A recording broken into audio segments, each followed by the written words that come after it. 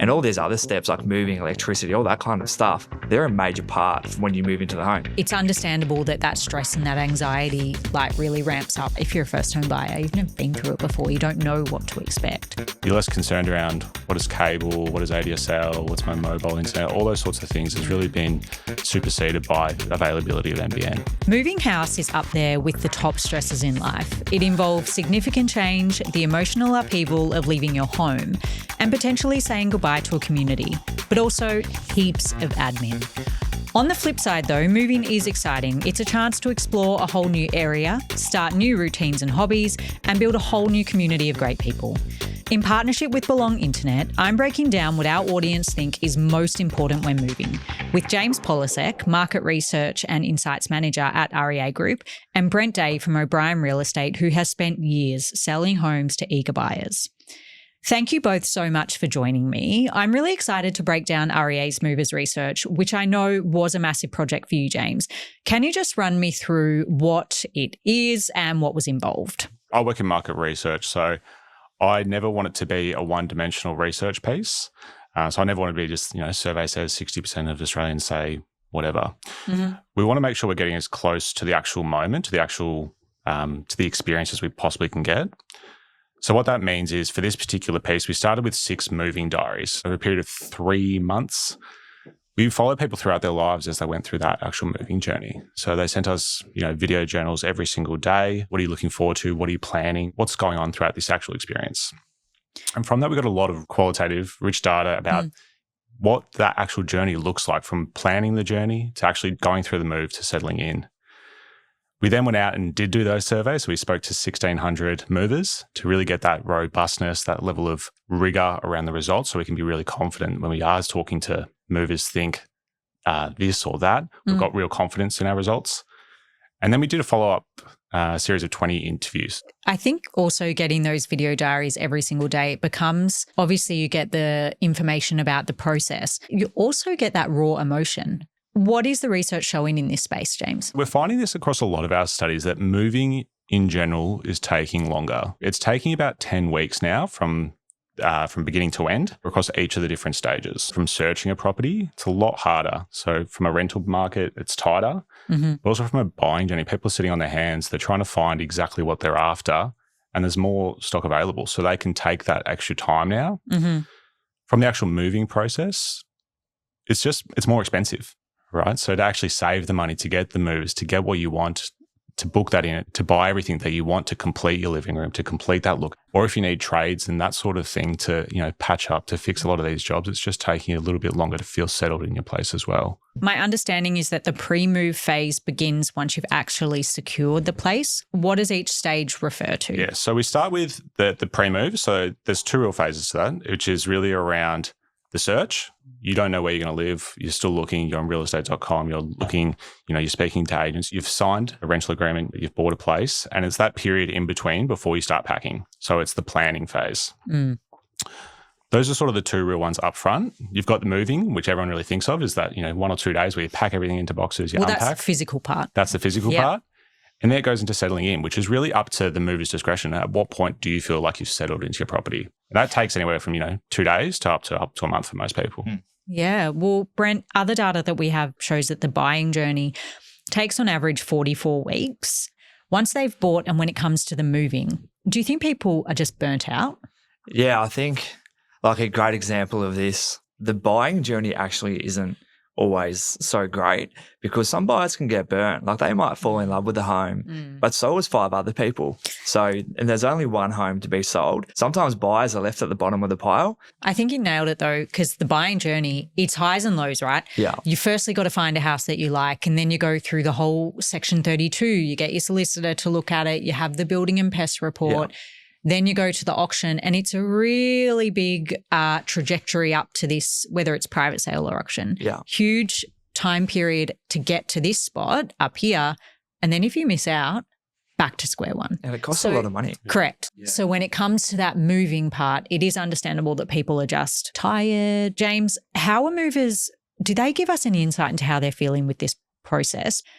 People felt different emotions during pre-move to what they felt in the move than to what they felt in the post-move. We really wanted to unpack this in as what are the strongest emotions? What's being most strongly elicited at each of those different phases? We canvassed a whole range, a laundry list of different emotions, and we found 3 came out quite consistently across each of the different phases. But the first is really around being overwhelmed, being anxious, being stressed. Mm-hmm. The next one is really around excitement. This is your future. This is where you're going to live. This is the rest of your life in a lot of people.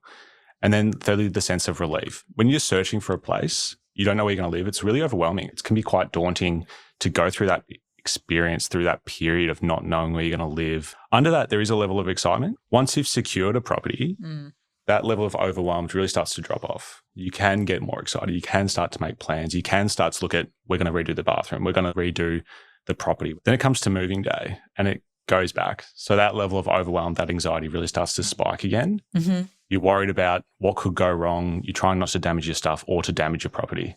The new one that you've just moved into, you want to keep that pristine. Once you've finally settled in, that sense of relief just skyrockets. So we really do see these 3 emotions really interplay at different levels, at different stages throughout that moving process. Yeah. The overwhelm really makes sense to me because typically you only transact on property a few times in your life. It's not something you're not buying and selling every year. Well, most people. It's understandable that stress and that anxiety really ramps up. If you're a first home buyer, you've never been through it before. You don't know what to expect. Brent, does this stack up with what you've seen in your career? As you're coaching buyers post-purchase, have you seen people experience those same emotions? It's definitely overwhelming because it's probably the largest investment you're ever going to do in your life.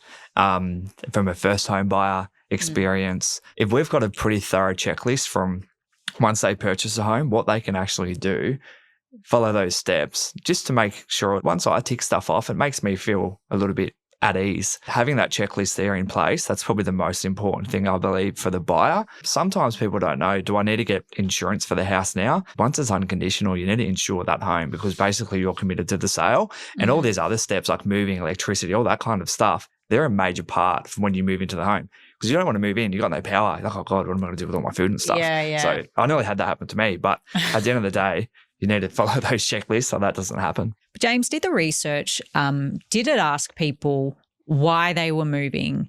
And then what was the criteria? What was the trigger point about why they moved? Did they want more green space? Did they want to be closer to amenities? Were they simply just looking for a bigger home? You're right. There are so many different reasons to move property. Some people are forced to move. Some people choose to move. Mm-hmm. And how we really attacked this was really around different life stages that people were going through. So if we take just as a proxy people aged between 18 to 34 and why they're moving, in a lot of instances, it's their first move. It's their first purchase. They're moving in with their partners for the first time. They're having their first baby. They're finding their first property. So it's a lot of new experiences for these group of people. And what they're looking for compared to some of the older cohorts is really around amenities, being close to, shops, restaurants, cafes, school zones, that sort of thing. So it's really around the proximity and what's around you at that particular stage. As you get a bit older, so, the 34 to 55, they're really a lot more looking to expand. They've outgrown their space. They might be having their second child, second dog. And they're really looking for things like land size, when was the property built, and what can you actually do to the property to enhance it. They're a little bit more experienced, but they're a lot more focused on that building wealth stage of life and really looking for more space and a lot more family oriented.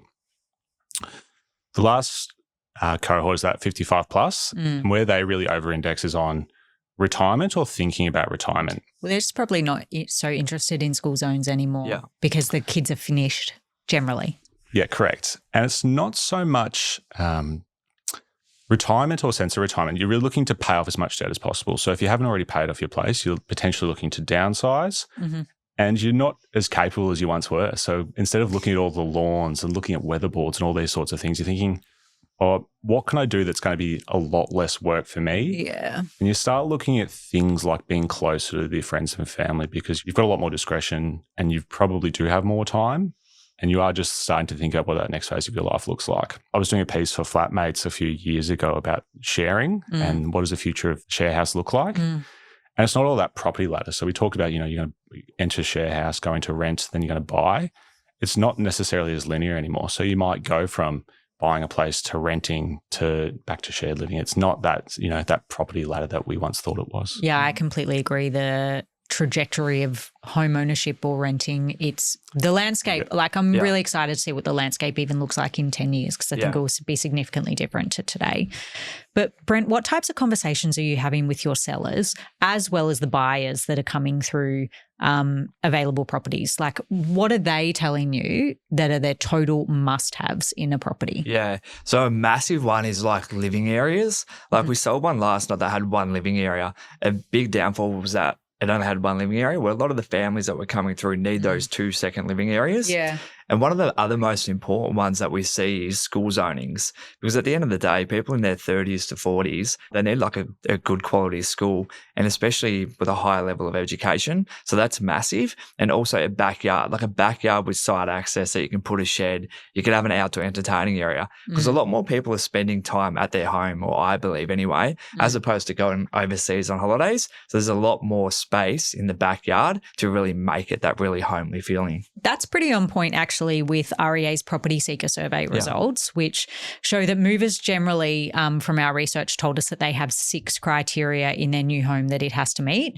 which is they want a specific number of bedrooms, which stacks up. If you've got 3 kids, you want 3 bedrooms or you want 4.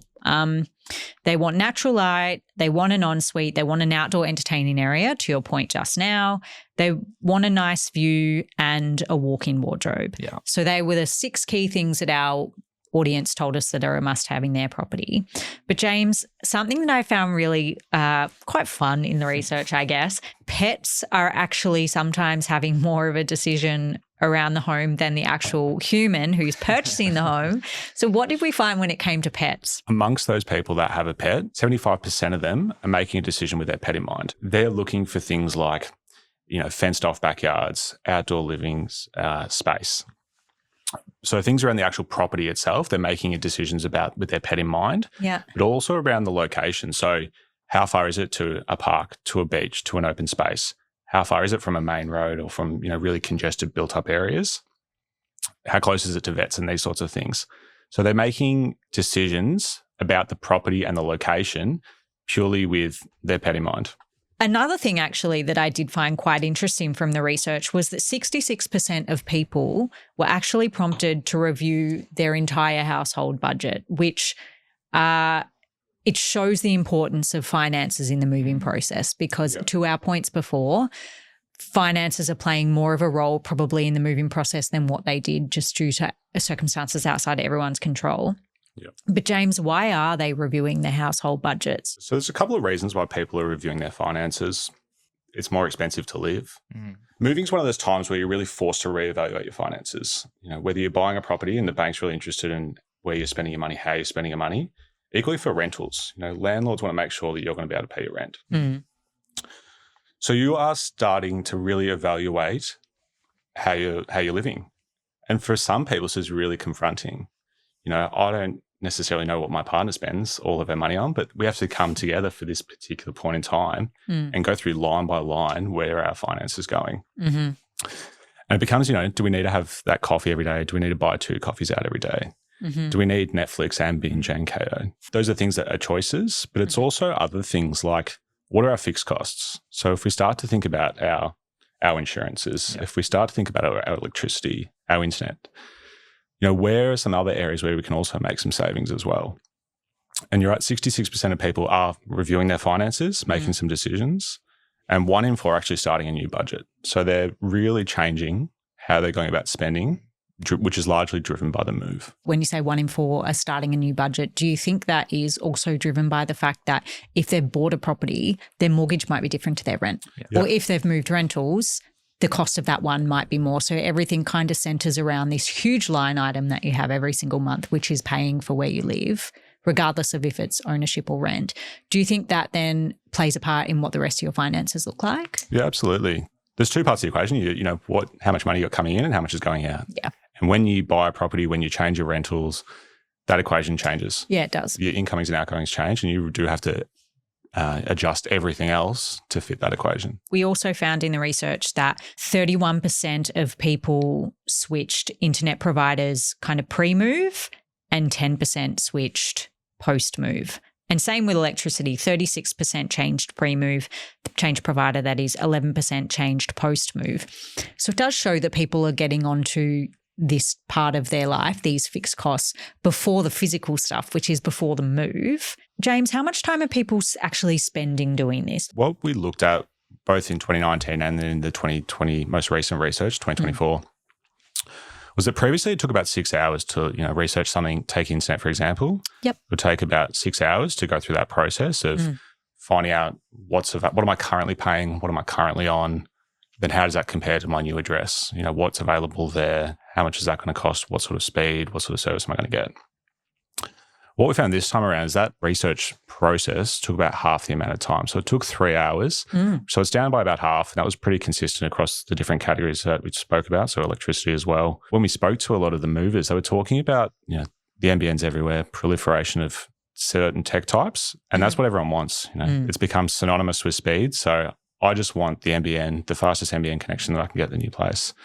You're less concerned around what is cable, what is ADSL, what's my mobile internet, all those sorts of things has really been superseded by availability of NBN.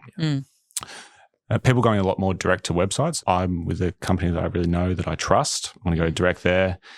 Increase in comparison sites as well, so people can actually look and see what's out there and help refine their shortlist that way as well. So there's a lot of different reasons, but it's also ultimately resulted in that process taking about half the time that it did. It's actually very similar to data that Belong Internet found when they wanted to know how soon before a move people think about transferring their internet to their new home, which was 22% think about it kind of 2 to 3 months before the move. So that 2 to 3 months says to me that someone's bought a place and their settlement period is 60 to 90 days. 43% think about it 2 weeks to 2 months before moving. 22% think about it less than 2 weeks before the move. It is clear that the time spent doing this stuff, it's halved in just a 5-year period. This data shows me that we just want information and answers. It's a digital world. We want it at the click of our fingers as soon as what we can get it. Brent, do you have any advice for people to streamline and make that move into their new home as easy as possible from an agent's perspective? The best advice is always get advice from people that have done it before. Because at the end of the day, like when you buy a first home or if it's a second home and you're upsizing or whatever it is, speak to people who have done it before. There's always a checklist. Like you can Google everything these days, like top 10 tips to move into a house or to upsize or stuff like that. So make sure you do your research and, get those providers that are reputable, because at the end of the day, you don't want to get in there and then have to change providers again and stuff like that, because that's the last thing on my mind that I want to do and I want to worry about. And get a good relationship with an agent too. Might be hard to do, but if you can do it, they're going to give you a really, really good advice. I 100% agree. I think like with the moving process, organisation is just key. Spend a bit of time prepping and what's that saying? Fail to prepare, prepare to fail. Yeah, failing to prepare is preparing to fail. But look, I've loved talking to you both and breaking down the research. We are at time today. So thanks so much for coming on. Hope you've enjoyed it. Thanks for the opportunity. Cheers. Thanks, fellas. In partnership with Belong Internet, thank you for joining me on Real Talk. For your weekly fix, please follow wherever you listen to your podcasts and tune in next time for more real questions, news and insights on the topics that matter most from realestate.com.au, Australia's #1 address in property. All information provided is general advice and opinion based on current market conditions. These opinions should not be treated as investment advice. Always obtain advice based on your individual circumstances. Real Talk acknowledges the traditional custodians of country throughout Australia and their connections to land, sea, air and community. We pay our respects to elders past and present.